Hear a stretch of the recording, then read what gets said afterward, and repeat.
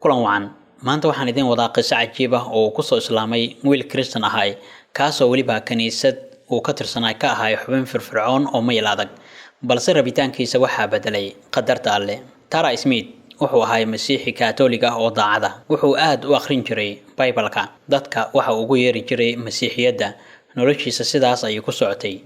Waxaase la soo gaaray maalintii uu isbedel ku bilaaban lahay. Shakina uu ka geli lahay wixii muddada dheer uu aaminsanaa. Tara Smith oo 27 sano jir u dhashay Ingiriiska ayaa isagoo ku jira xilli uu casharo iska diyaarinayay waxa uu waayay buug muhiim u ahay wuxuuna bilaabay raadintiisa. Arday muslimiin oo ka soo jeeda bariga dhexe oo ay jaamacadda wada dhigtaan ayuu arkay iyaga oo geed hoos jiifa meel madaxooda ku aadanna uu yaalo kitaab. Waxa uu qaatay inuu yahay kii uu raadinayay wuuna xaday dhabarka ayuu galiyay isagoo oo qarinaya qofna ma aysan arag Tara waqtigaas. Markii uu gurigiisa tagay ayuu kala furay waaba kitaabka Quraanka Kariimka oo ku tarjuman English. Markaas ayuu bilaabay akhrin muddo 3 bil ah ayuu waday akhrinta kitaabka Quraanka. Muddadaas qofna uma uusan sheegin xaalkiisa iyo akhrinta uu wado. Mar walba oo uu akhriyo su'aalo uu isweydiin jiray ayuu ka dhexelayaa jawaabahooda kitaabka Quraanka Kariimka waxaana uga siyaaday waaya aragnimo iyo faham aad u weyn. Wuxuu bilaabay inuu weydiiyo su'aalo ku saabsan caqiidadiisa Masiixiyadda ah macallimiintii waa ay ku guuldareysan inay si sax ah uga jawaabaan su'aalaha uu qabay. Tara Smith wuxuu hadalkooda ka dareemay maaweelin taasoo sii horisay jahwareerka uu ka qaaday wixii uu aaminsanaa iyo waxa uu ku arkay kitaabka Quraanka Kariimka ah. Wuxuu u dhaqaaqay meelo kale si uu u helo jawaabo qanciya.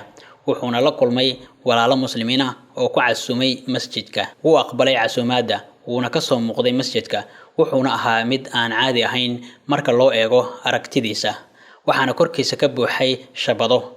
Wuxuu dareemay in uusan ku jirin masjidka qof sidiisa oo kale ah. Waxa la dejiyay qayb masjidka ka mid ah qof walbana waa uu soo booqanayay. Wuxuu dareemay sida inuu gurigiisa joogo oo kale iyo in ay ahayd wax qaldan fikradda uu ka haystay dadka muslimiinta ah ee ah in ay yihiin dad xirxiran oo aan la noolaan karin. Intii uu joogay masjidka waxa looga jawaabay su'aalihii uu qabay oo dhan wuxuuna ku qancay jawaabaha la siiyay.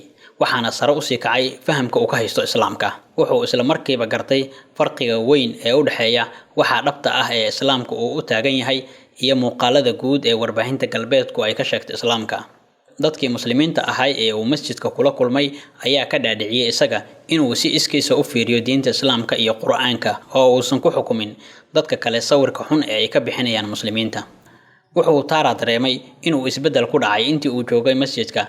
Dadka muslimiinta ahna ay ku kordhiyeen wax badan. Tara Smith wuxuu dadka masjidka uga sheekeeyay waaya aragnimadiisa. Wuxuu Islaamka hore uga aaminsanay waxa kaniisadaha dadka jooga ay Islaamka ka sheegaan iyo sida warbaahinta reer galbeedku ay u bixiso sawirro xun oo xaqiiqada ka fog iyo sida isaga shakhsiyadiisa uu soo jiitay Islaamku. Wuxuu ku islaamay gudaha masjidka maalmo uu halkaas joogay oo loo faahfaahinayay su'aalo uu qabay. Markii uu ku qancayna isaga ayaa doortay in uu Islaam noqdo. Wuxuu dareemay nabadgelyo, deganaan, dareen ku reebay noloshiisa in uu si dhab ah u fahmay nuxurka Islaamka. Farxadda runta ahna uu hadda soo galay. Wuxuu yiri Tara waxaan ka helay salaada farxad iyo firfircooni aanan weligay helin. Muddo markii ay ka soo wareegatay islaamnimadiisa ayuu bilaabay in qoyskiisa u sharaxo Islaamka una bandhigo in ay kula soo biiraan. Wuxuu u duceeyaa qoyskiisa iyo dadka kale aan muslimiinta ahayn sidii ay diintan u fahmi lahaayeen. Wuxuuna rajaynayaa Tara Smith in ay mar uun helaan wadada saxda ah. Tara Smith wuxuu moodayay inuu xaday Quraanka, laakiin runtu waxay tahay Quraanka ayaa gabi ahaan baxday qalbiga Tara Smith. Tani waxay ahayd sheekada sida uu ku soo muslimay wiil u dhashay Ingiriiska oo xaday kitaabka Quraanka Kariimka ah. Sababna uu ahay in akhrin uu ku sameeyay kitaabkaas uu u doorto in uu Islaamka ku soo biiro. Fadlan muuqaalkan share garay kuna soo bir page-ka adigoo mahadsan.